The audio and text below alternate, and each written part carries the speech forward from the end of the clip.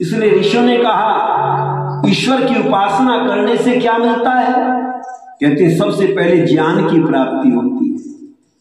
और एक पुस्तक लिखते हैं ऋषि राम जी महाराज, इस पुस्तक का नाम रखते हैं पंच महायज्ञ विधि। अगर कहीं मिले तो उसको पढ़ना। देखो हम दूसरे पुस्तकें तो पढ़ते हैं, पर ऋषि राम जी महाराज की जो लिखी हुई पंच महायज्ञ विधि है, यदि उसको पढ़ोगे तो एक अक्षर में ही बहुत बड़ा ज्ञान प्राप्त हो जाएगा। ऋषि राम जी महाराज से जब पूछा, महाराज बताओ परमात्मा की उपासना करने से क्या मिलता है, तो सबसे पहले लिखते हैं ज्ञान प्राप्ति से आत्मा की उन्नति। ईश्वर की उपासना करने से तुम्हें ज्ञान की प्राप्ति होगी और उससे आत्मा उन्नति करेगा। इसलिए लिखते हैं यह आत्मदा बलदा यस्य विश्व उपासना। और शरीर की आरोग्यता, जब ज्ञान प्राप्त होगा तो उससे हमारा शरीर स्वस्थ रहेगा। एक कहेंगे ज्ञान प्राप्ति से कैसे शरीर स्वस्थ रहेगा? ज्ञान का शरीर से क्या संबंध है? शरीर का संबंध तो खाने पीने से है। दूध बादाम किशमिश खाओगे, अच्छी चीजें खाओगे तो शरीर अच्छा रहेगा। पर ध्यान रखना, मैं आपसे पूछना चाहता हूं, सिगरेट की डिब्बी पर लिखा रहता है सिगरेट पीना स्वास्थ्य के लिए हानिकारक है, पर उसको अनपढ़ ही पीते या पढ़े लिखे भी पीते हैं? पढ़े लिखे भी पीते हैं। तो उन्होंने पढ़ा उसको या नहीं पढ़ा? नहीं पढ़ा। पढ़े हुए तो हैं पर उसको नहीं पढ़ा, उसी का दुष्परिणाम है, उसको पी रहे। शराब की बोतल पर लिखा रहता है शराब विष से भी भयंकर है, पर उसको अनपढ़ ही पीते हैं या पढ़े लिखे भी पीते हैं? पढ़े लिखे भी पीते। पता चला उन्होंने पढ़ा तो है, स्कूल में पढ़ा तो है, पर ज्ञान की प्राप्ति नहीं हुई। जिस दिन ज्ञान की प्राप्ति हो जाएगी, पढ़ना अलग चीज है, हम जाने कितनी चीज पढ़ते हैं, अपने घर में रहते हुए भी सारी चीजें नहीं पढ़ते आप। मैं आपसे पूछूं, आपकी जो जीना है, सीढ़ियां हैं चढ़ने की ऊपर, वो कितनी है? क्या आप बता सकते हैं? नहीं पढ़ा हमने कभी उनको। कितनी खिड़कियां हैं, कितने दरवाजे हैं, कितनी अलमारियां हैं, क्या बता सकते हो? हम घर में रहते हैं पर रहते हुए भी सारी चीजों को नहीं पढ़ पाते। इसलिए ऋषियों ने कहा श्रवण मनन निधिध्यासन और साक्षात्कार। सुनते तो हम न जाने कितना है, हम भी न जाने कितनी बात सुनते हैं, पर जिन बातों पर चिंतन करते हैं, जिन बातों पर विचार करते हैं, उसका ज्ञान हमको हो जाता है, और जिस पर चिंतन नहीं करते उसका ज्ञान नहीं होता। इसलिए ऋषियों ने कहा श्रवण सुनो, और सुनकर के मनन, उस पर विचार करो, चिंतन करो, और निधिध्यासन फिर उसको जीवन में धारण करने का प्रयत्न करो, और फिर उसको साक्षात्कार, सत्य क्या है असत्य क्या, उसका निर्णय करना। और जब निर्णय हो जाएगा तो तुम सत्य के मार्ग पर चलना प्रारंभ करोगे और असत्य मार्ग को छोड़ना शुरू करोगे। तो ज्ञान प्राप्त होते ही मनुष्य क्या खाना चाहिए और क्या नहीं खाना चाहिए, पहले लोग ये जानते थे क्या खाना चाहिए। अच्छा, गाय को पता है क्या खाना चाहिए और क्या नहीं खाना चाहिए? गाय के सामने मांस डालो तो नहीं खाएगी, नहीं खाएगी। घास डालो तुरंत खा लेगी। शेर के सामने मांस डालो खा जाएगा, घास डालो नहीं खाएगा। उसको पता है, पता तो आपको भी है। हम मोटरसाइकिल में कहीं इसमें डीजल डलवा लो, कहेंगे नहीं डीजल नहीं, ये पेट्रोल से ही चलती है।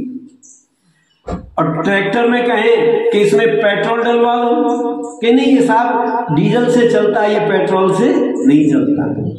हमने कार का तो हमें पता ही किस चीज से चलती है, पर अपने शरीर का पता नहीं है ये किससे चलता है। इसमें चाहे जो डाल दो, अंडे मांस मुर्गा मछली कुछ भी, गुटखा ईंट रोड़े पता नहीं क्या क्या, जो भी डालो शरीर में डालो और सोचते चलता रहे।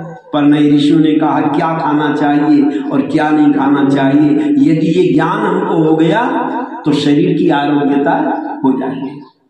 जब व्यक्ति को पता चल जाता है, अच्छा शक्कर आपको कड़वी लगती है मीठी लगती है? मीठी लगती है। पर जब ये पता चल जाता है पेट में शक्कर ज्यादा हो गई है शरीर में, तो उसको भी छोड़ देते, मीठी चीज को भी छोड़ देते।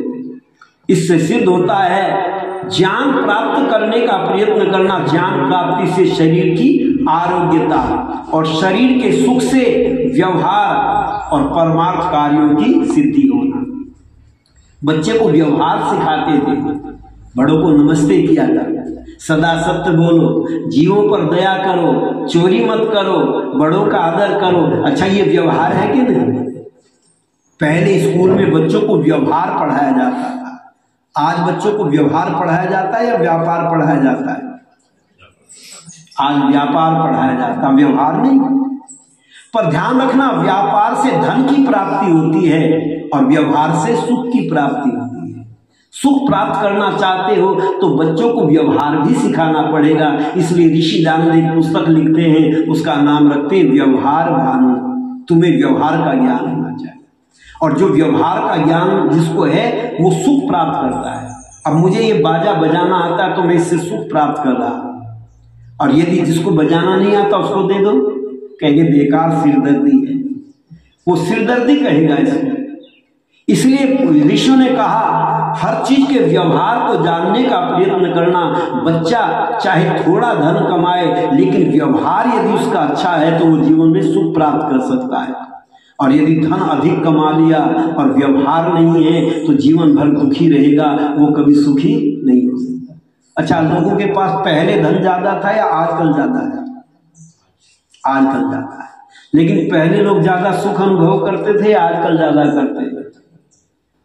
पहले लोग सुख अनुभव करते थे, आज हर एक व्यक्ति टेंशन में है। पहले लोग अटेंशन रहते थे। अटेंशन किसको कहते हैं? सावधान।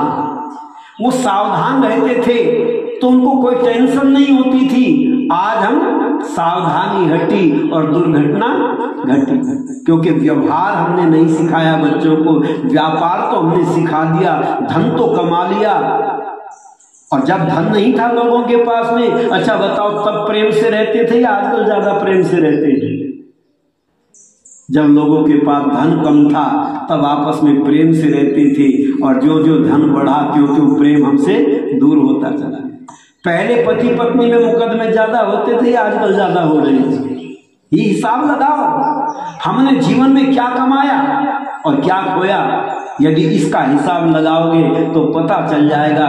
ऋषि ज्ञान कहते हैं आत्मज्ञान शरीर सुख व्यवहार से परमार्थ कार्यों की सिद्धि होना, अर्थात धर्म, अर्थ, काम और मोक्ष ये सिद्ध हो जाते हैं, और इनको प्राप्त होकर के मनुष्य अपने जीवन में सुख को प्राप्त करता है। इससे सिद्ध होता है ईश्वर की उपासना करने से व्यक्ति को सुख की प्राप्ति होती है। और योगी राज कृष्ण जी अर्जुन को कहते हैं, हे अर्जुन, उसी निराकार सर्वव्यापक संसार को बनाने वाले तथा चलाने वाले की शरण में पूर्ण भावना से ही जाना।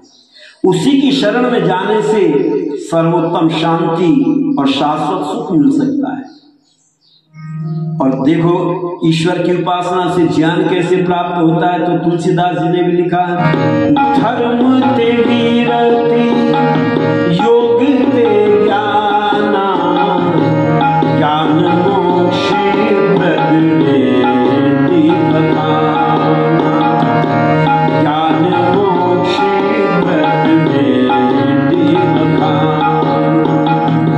तुलसीदास जी लिखते धर्म से वैराग्य की प्राप्ति होती है, और योग के द्वारा ज्ञान की प्राप्ति होती है, और ज्ञान से मुक्ति प्राप्त होती है। एक दूसरे के साथ संबंध है। सबसे पहले हम ज्ञान को प्राप्त करें, और ज्ञान के प्राप्त करने से व्यक्ति को मोक्ष प्राप्त होता है। नरिते ज्ञानान मुक्ति, ज्ञान के बिना मुक्ति नहीं होती। पर विचार करके देखना ज्ञान कैसे प्राप्त होता है।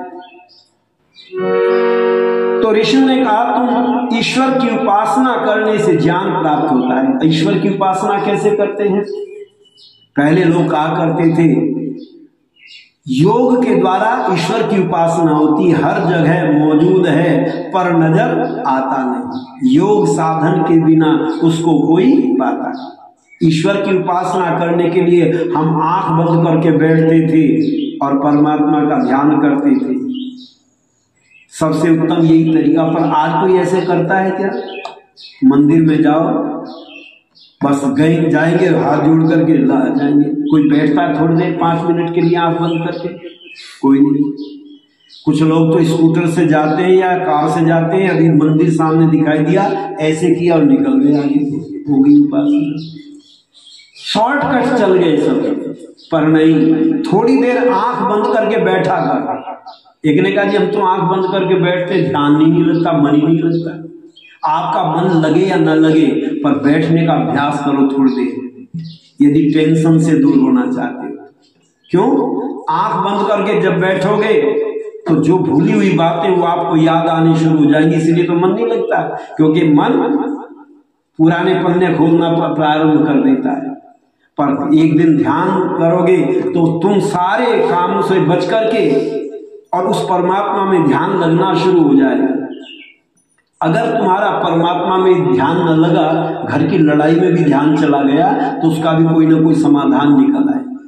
इसलिए पहले लोग आंख बंद करके बैठते थे तो सोचते थे आज घर में लड़ाई हो गई, गलती मेरी है या उनकी है, वो सोचते थे आंख बंद करके। अरे मैंने तो किसी को कुछ नहीं कहा, नहीं हाँ मुझसे एक गलत शब्द निकल गया, हो सकता उसी वजह से घर में झगड़ा हो गया।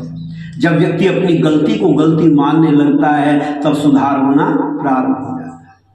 इसलिए मैं कहता हूं आंख बंद करके बैठोगे, भगवान के भजन में ध्यान लगे न लगे, अगर घर की लड़ाई में भी ध्यान लग गया तो उसका भी कोई ना कोई समाधान निकल जाता है। इसलिए विद्वान कहते हैं धर्म ते विरति योग ते ज्ञान, योग के द्वारा ज्ञान की प्राप्ति होती है, और वही ज्ञान जो है ना मनुष्य के जीवन का कल्याण करता है। और क्या मिलता है? संशयों का नाश होता, पाप के बंधन कटे। संशयों का नाश होता, पाप के बंधन कटे।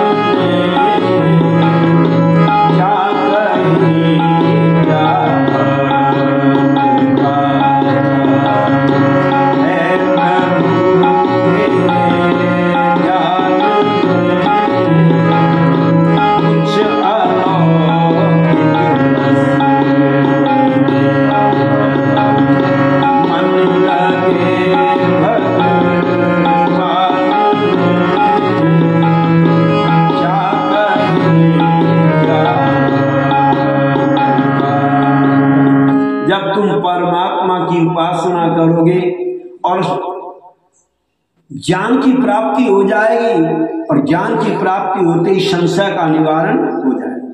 संशय कब रहता है? देखो जब तक ज्ञान नहीं मिलता। एक बच्चे को पढ़ा जाए 2 और 2 4 होते हैं, और दूसरा कहे नहीं 2 और 2 3 होते हैं। अच्छा बच्चे के मन में संशय हो गया कि नहीं? 2 और 2 3 होते हैं या 2 और 2 4 होते हैं। और जब वह पढ़ता है और पढ़ने के बाद में ये निश्चय कर लेता 2 और 2 4 ही होते हैं, अच्छा बताओ उस दिन 4 मानता है या 3 मानता है? उस दिन वो 4 को ही मानता है। दुनिया कहे 3 होते हैं वो नहीं मानता, क्योंकि उसके संशय का निवारण हो गया। इसी प्रकार से व्यक्ति भटकता तब तक फिरता है जब तक उसमें के मन में संशय रहता है।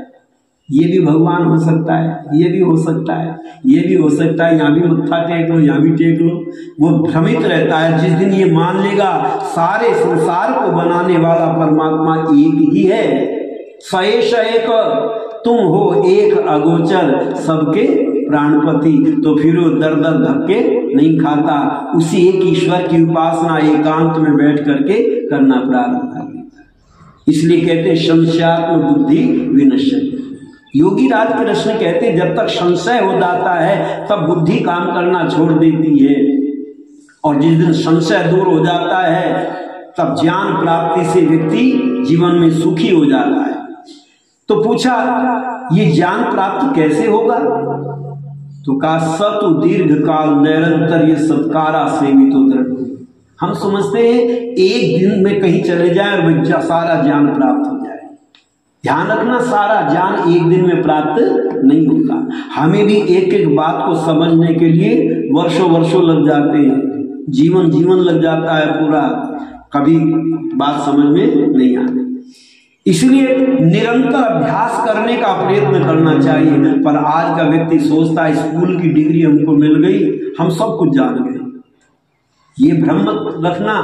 अच्छा, एक जो बैंक में काम करता है कंप्यूटर पर, उसको आप रेलवे स्टेशन पर बिठा दो टिकट बनाने के लिए, क्या बना सकता है? क्यों? वो तो कंप्यूटर जानता है। वो बैंक का काम तो जानता है पर रेलवे का काम नहीं जानता। अब एक रेलवे स्टेशन वाले मास्टर को आप बैंक में बिठा दो, उससे कहो यहां काम करो, वो नहीं कर सकता। तो सारा ज्ञान सबको प्राप्त नहीं होता। जितना जितना हम प्रयत्न करते हैं उतना उतना ज्ञान हमको प्राप्त होता रहता है। इसलिए व्यक्ति को निरंतर पुरुषार्थ करना चाहिए, प्रयत्न करना चाहिए, हम ज्ञान को बढ़ाने का प्रयत्न करें। और पूछा ये कब होता है?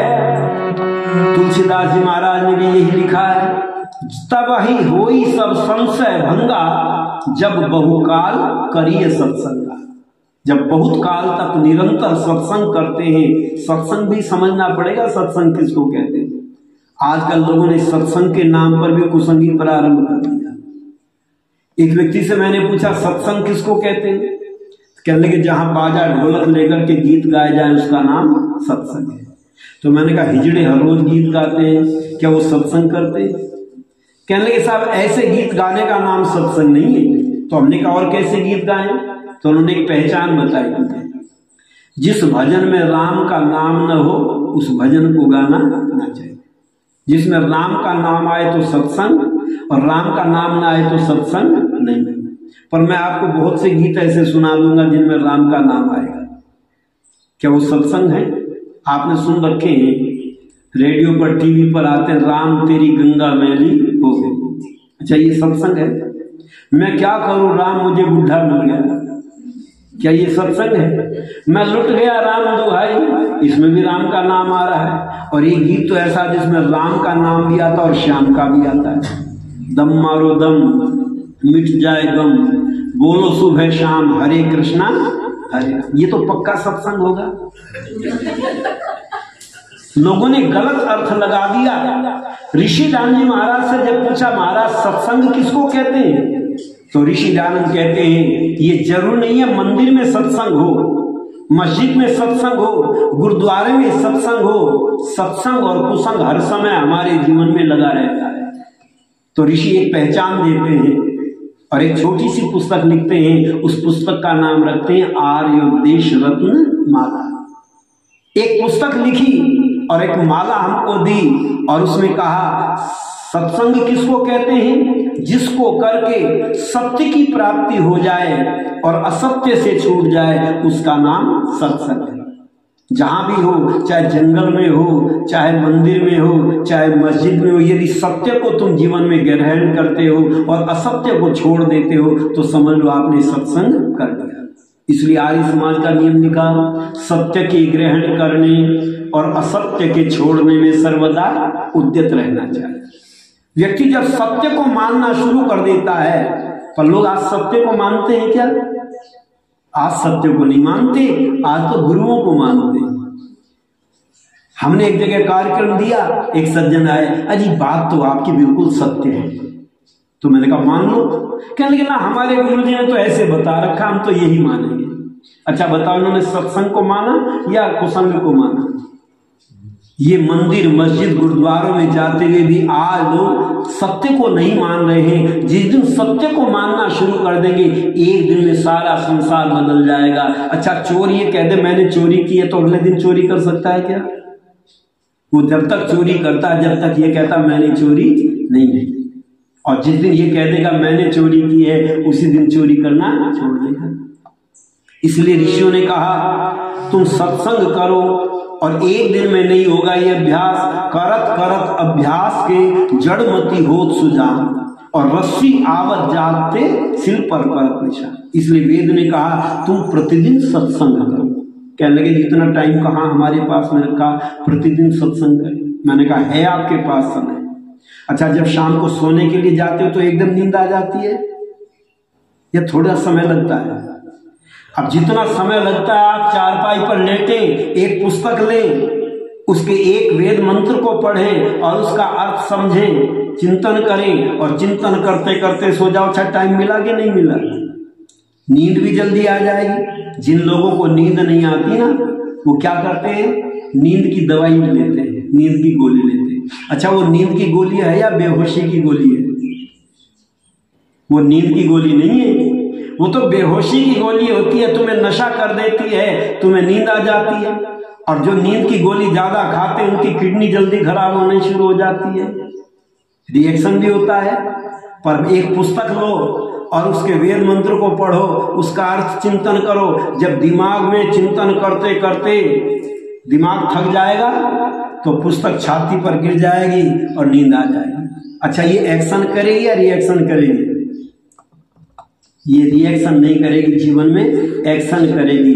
पहले लोग यही करते थे, शाम को बिस्तर पर लेटते थे, परमात्मा का नाम जपते हुए सोते थे। यज्जाग्रतो दूर मुदयति देवम तदु सुप्तस्य तथैवैति दूरंगमं ज्योतिषाम ज्योतिरेकम तन्मे मनः शिव संकल्प। इन मंत्रों का पाठ करते थे। प्रभु मेरा मन शिव संकल्प वाला होना चाहिए। शिव संकल्प क्या है? मतलब शिव जी वाला। शिव से लोग यही मानते शिव जी, पर शिव का अर्थ ऋषि दयानंद लिखते हैं कल्याण करने वाला।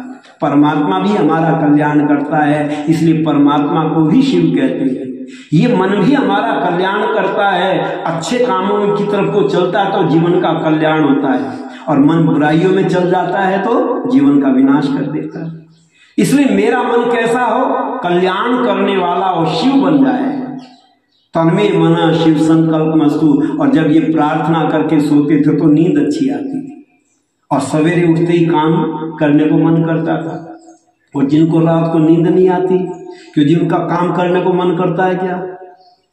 आलस रहता है, परेशानी रहती, शरीर में नई नई बीमारी आनी शुरू हो जाती हैं। इससे विद्वानों ने कहा तुम अपने जीवन को सुखी बनाना चाहते हो तो परमात्मा का नाम जपते जपते सो जाओ। पर आजकल लोग क्या, कैसे सोते हैं?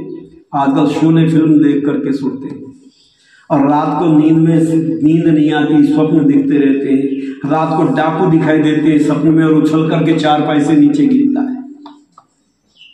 तरह तरह की बीमारियां आ जाती हैं जीवन में। इसलिए विद्वान कहते हैं ये प्रतिदिन अभ्यास करो, करत करत अभ्यास के जड़मती हो सुजान, रस्सी आवत जाती सिल पर परत निशान। इसलिए हमारे ऋषि ने श्रावणी उपाकर में एक पर्व बनाया जिसमें तुम वेदों का पठन पाठन करो। ज्यादा नहीं पढ़ सकते, कम से कम एक मंत्र को पढ़ो और उस पर चिंतन करो, उसको जीवन में धारण करो। ऋषियों ने तो कहा एक शब्द सम्यक ज्ञाता स्वर्ग लोके काम दुर्भव। यदि वेद के एक शब्द पर भी चिंतन करके उसको जीवन में धारण कर लिया तो हमारे जीवन का कल्याण हो सकता है, और यदि नहीं किया तो जीवन का विनाश हो सकता है। इसीलिए सत्संग करने की व्यवस्था ऋषियों ने दी। तुम प्रतिदिन अच्छी बातों को जीवन में धारण करना और बुराइयों को जीवन से निकालने का प्रयत्न करना। मैं आप सभी का हृदय से धन्यवाद करता हूँ। आपने समय निकाल करके घर पर ये यज्ञ करने का प्रयत्न किया, क्योंकि इससे बच्चों के संस्कार बनते हैं, उनको पता चलेगा ये क्या होता है, क्यों करते हैं इसको। वो पूछेंगे पिताजी इसको करने से क्या लाभ होता है, और नहीं करोगे तो नहीं पूछेंगे, और पूछेंगे ये करेंगे तो उनको उसी प्रकार का संस्कार बनेगा। ये मुझे अनुभव हुआ उस दिन। मैं एक जगह यज्ञ करा रहा था, मेरा पोता छोटा सा मेरे पास में आकर के बैठ गया, और जैसे मैंने माइक ले रखा था एक माइक उसने उठा लिया और मेरे साथ गुनगुनाने लगा, बोलने लगा मंत्र को। मंत्र तो उतने याद नहीं थे, पर वो जब मैंने स्वस्ति वाचन शुरू किया तो मेरे कान में कहता पिताजी ये मंत्र मत बोलो, ये मेरे याद नहीं है, वो बोलो जो मेरे याद है। ये संस्कार कहाँ से बना बच्चे को? क्योंकि उसने सुना है। इसलिए आप अपने बच्चों को इस वैदिक संस्कृति को समझाओगे तो उनकी समझ में आएगा, और ये वैदिक संस्कृति जीवन में उनको याद रहेगी, उनके जीवन का कल्याण होगा।